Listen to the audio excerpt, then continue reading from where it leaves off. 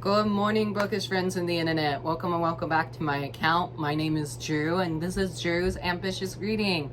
And we have two exciting things I want to talk about. Today, I'll be talking about my April wrap-up for 2022, which I can't wait to talk all things bookish with you.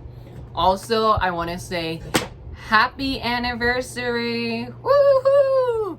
I am celebrating my 3-year booktube anniversary today. So I bought myself 3 books. Who's shocked by that? I bought myself 3 books. 2 of them will be coming tomorrow. So look forward to an unboxing on Instagram or TikTok, whichever one I decide is quicker. And yeah, I just wanted to film a video for you guys today and get it uploaded today as well. So I am going to talk about all the books I read in April. Let me grab that big stack for you. So in April, I read 11 books. I don't have one of them because one of them was an arc, but I will talk about that in this video. As you saw, I have 11 books here to talk about. I'm in a bit of a time crunch, so I might film only half of this morning and then the rest when I get home from work.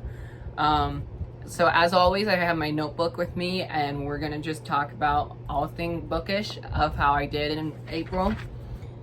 In April, as I already mentioned, I read 11 amazing books, and I have a lot of stats to get through. So let me get through the stats, and then we'll talk about each individual book that I read. So starting off my star ratings, I had 0 1 stars, 0 2 stars, 2 3 stars, 6 4 stars, 3 5 stars. 9 of these were audiobooks, 1 book of the month, 1 buddy read, 2 completed series, 2 graphic novels, 0 library books, 2 physical reads, and 5 2022 new releases, 1 owl crate. 7 of these were on my TBR from my April TBR video, and 3 of these I read as arcs. My total page count for April is 4,315 pages. My biggest book of the month was shockingly The Hero of Ages by Brandon Sanderson, and my smallest book of the month was a Star Wars graphic novel that I will talk about. And I added in a new thing in my categories that I'm gonna mention my favorite book of the month, like the one that I kept thinking about and one that I know I will talk about a lot on my channel. And I also picked The Hero of Ages as my favorite book of the month because it was my first read. So without further ado, let's just jump into this. And I did wrote little pros and cons of what I loved of each book. So starting off with the month, I decided to read The Hero of Ages by Brandon Sanderson. And I'm so happy I did because this was actually on my top 22 books I want to read in 2022. And I managed to check mark that off the list. But I'm excited to continue on with the series. At this point, I am on book 6 now. I'm currently reading book 6, so spoiler alert for my May TBR. But I just honestly absolutely love this. I will say I missed some of the characters from this world more than the second era, which I also read this month. So yeah, I'm just overall happy that I completed this trilogy. This was one of the series that I counted as a completed trilogy because it is 3 books and then he added on 3 more, if that makes sense. So I really enjoyed this. The only complaint I will have for this series is I take forever to read these because they're just so big and so chunky. At least the first trilogy was, but like with the second era, I flew through 4 and 5 in like with a week in each other, and now I'm reading book 6. So tell me why the second era is faster than the first era. But I'm excited to see what will happen next in the Band of Mornings. No spoilers, please. But I did give this 5 out of 5 stars, and this was the first book I read this month. Then after that, I wanted something light and easy to read, but I wasn't in a contemporary mood. So I picked up Gallant by V.E. Schwab. I met Victoria Schwab at Yalwist in April, and I cried meeting her. It was amazing. I cannot wait to read anything and everything by Victoria Schwab. This is the stunning Owl Crate edition that I have. I actually read my friend Taylor's copy when I was reading this because I didn't want to ruin this. But I really enjoy this. This was for my Crew Reads book club pick for the month of April, and I really enjoyed it. Me and Charlie, we had different reading tastes. I loved it. She liked it, but I actually don't know if she loved it or she hated it, because there's some book club picks where we're very different on, and I think this is the first time where me and her are on the same page, if that makes sense. So Gallant follows our main character, Olivia, and she is deaf main character, so there's that representation. Although there was no representation for the LGBT community in this book, the author herself is queer, so that's why we picked this book, and plus it's both mine and Charlie's favorite author.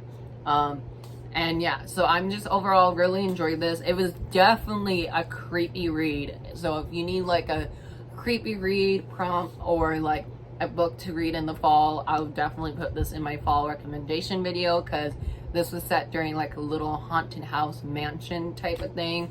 So I'm excited to see what she has in store for more.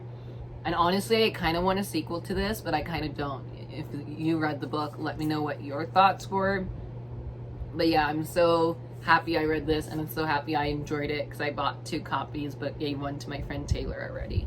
So Gallant was a 4.5 out of 5 stars. It wasn't quite a 5 stars because it was a little bit of pacing issue for me, but other than that, I overall really enjoyed it.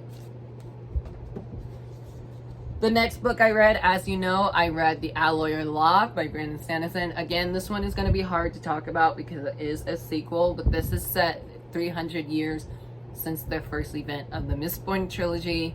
I overall really loved it. I literally read this in like 4 days, I think. So definitely excited to see how long the Band of Mornings will take me, because Shadow itself ended on a crazy cliffhanger, and I cannot wait to talk about that with you in May. Maybe I'll even talk about this book in May. We'll see. I don't know. But overall, I really enjoyed it. I loved Wax and Wayne's banter. I actually have a reading vlog of me talking all my thoughts and feelings about that, so I'll leave that spring break reading vlog up above if you haven't checked it out yet. But I talked more of how I loved and what I loved about this book in there, so I give this one 4 out of 5 stars as well. And then after that, I wanted to read books by authors who were going to Y'all West, so that's what happened. I read a lot of books that were going to authors going to Y'all West. First up I read was The Keeper of Night by Kylie Lee Baker. This is the first book in a new duology, and I'm dying for book 2. Oh my gosh, I love this book so much. I gave it 5 stars. I handed out a lot of 5 stars this month, which is kind of crazy, but this I have mixed emotion of. I loved it, but there was also a character in here that I didn't really love. It was a bit confusing in the beginning when I was listening to it via audiobook, just because there were some words that sounded similar to other words, like Shimigami, I think that's how you say it. But this follows a half British Reaper and half Japanese Shimigami named Ren, and she's on a journey. This is morally gray characters in here. If you love that trope, that's in here. Chosen One trope, and I will say this was a forced marriage in here that I didn't really love, and I also felt like the main character was being rude to her brother, so I didn't really love that either. Overall, the writing was gorgeous to read. I've never been to Japan myself, but I can picture every little thing that she was talking about. I'm so sad that I never got to meet her at Y'all West. I did wrap this book though, in case I was able to run into her, but I sadly couldn't meet Miss Baker, so I'm so sad. But overall, I really enjoyed this, gave it 5 stars, and I'm dying for book 2, which I think book 2 comes out in October or September. So, ow, mother, why is it? Stay still. Is that not gonna stay? There we go. Sorry. Next book I read, I was actually really disappointed by, so I didn't really bring this book to Y'all West with me because I was kind of disappointed by it. But that is JKs Agenda by Jason June. I had such high hopes for this. I heard if you love Simon versus the Homo sapiens agenda, you will love this book. And I love Simon more than this one, I would say for sure. This was just way too repetitive. It took way too long to get to the happy ending. Honestly, this could have been 200-page book, one and done, but honestly, and there was a lot of like sexy time in this book, and I was shocked because this is a YA book and it's like explicitly telling you what's going on, and I was like, oh my gosh, I can't be listening to this at work. So overall, I was really disappointed. I don't know if it's because I hyped myself out too much for this book, but I gave this one 3 stars, and it's definitely my lowest read of the month. So sad, but I am curious to see what they will do with a sequel, because apparently this is book 1 in a duology.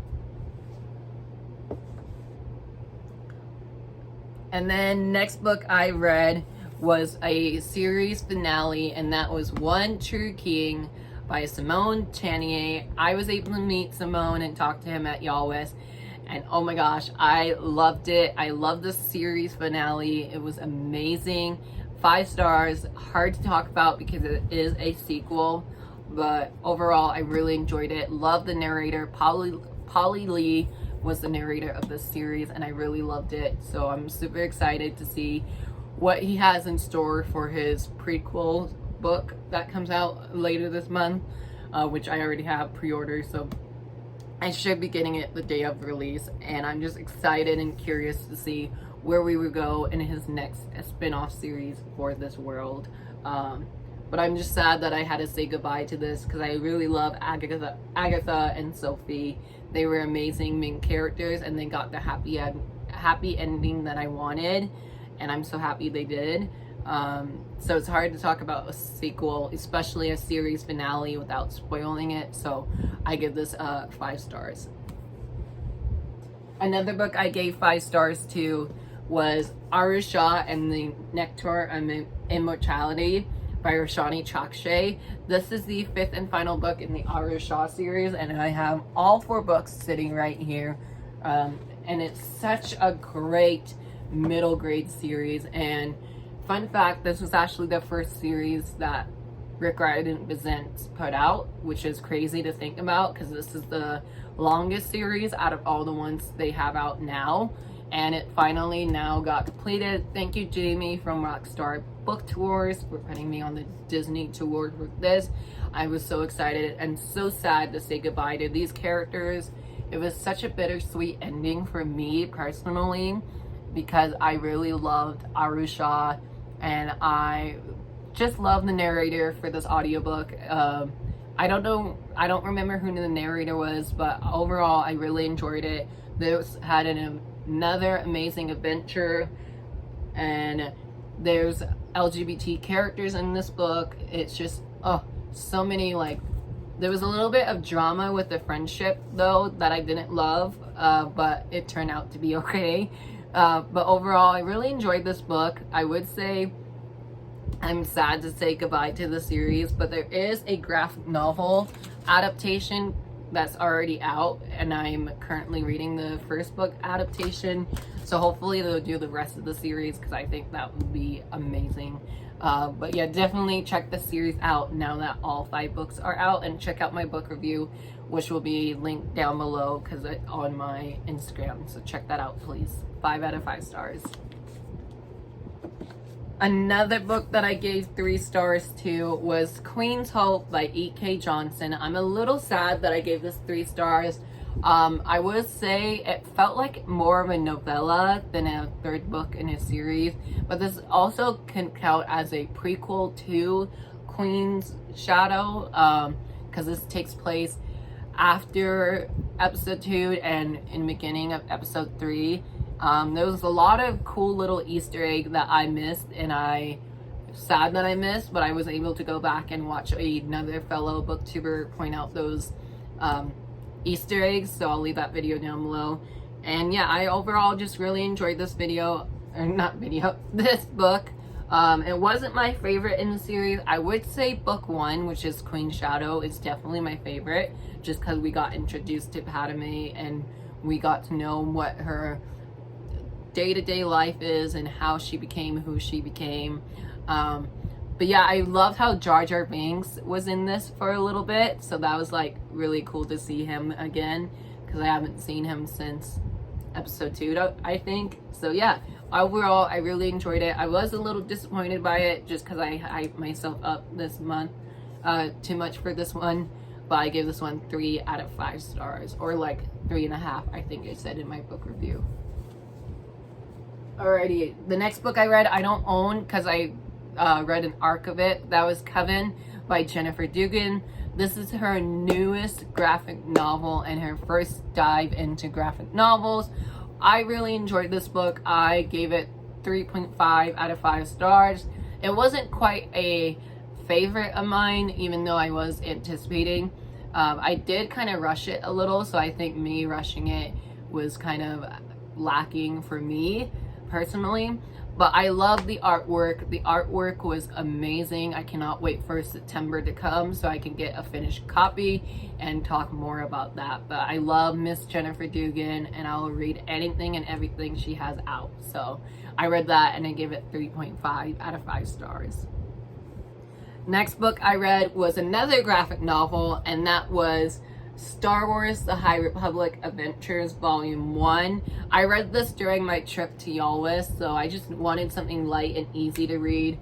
And this is the artwork of this graphic novel, so this is the artwork. It was such a fun, like it says in the title, it was such a fun adventure novel, and we followed so many different characters, which was a bit confusing for me. But my reaction is in my Yalwist blog, I believe, so I'll leave that up above. But I read this during the Yalwist trip, so I'll have that memory of reading this one there. And I actually read Volume 2 on my Yalwist trip on the way home, which is kind of funny.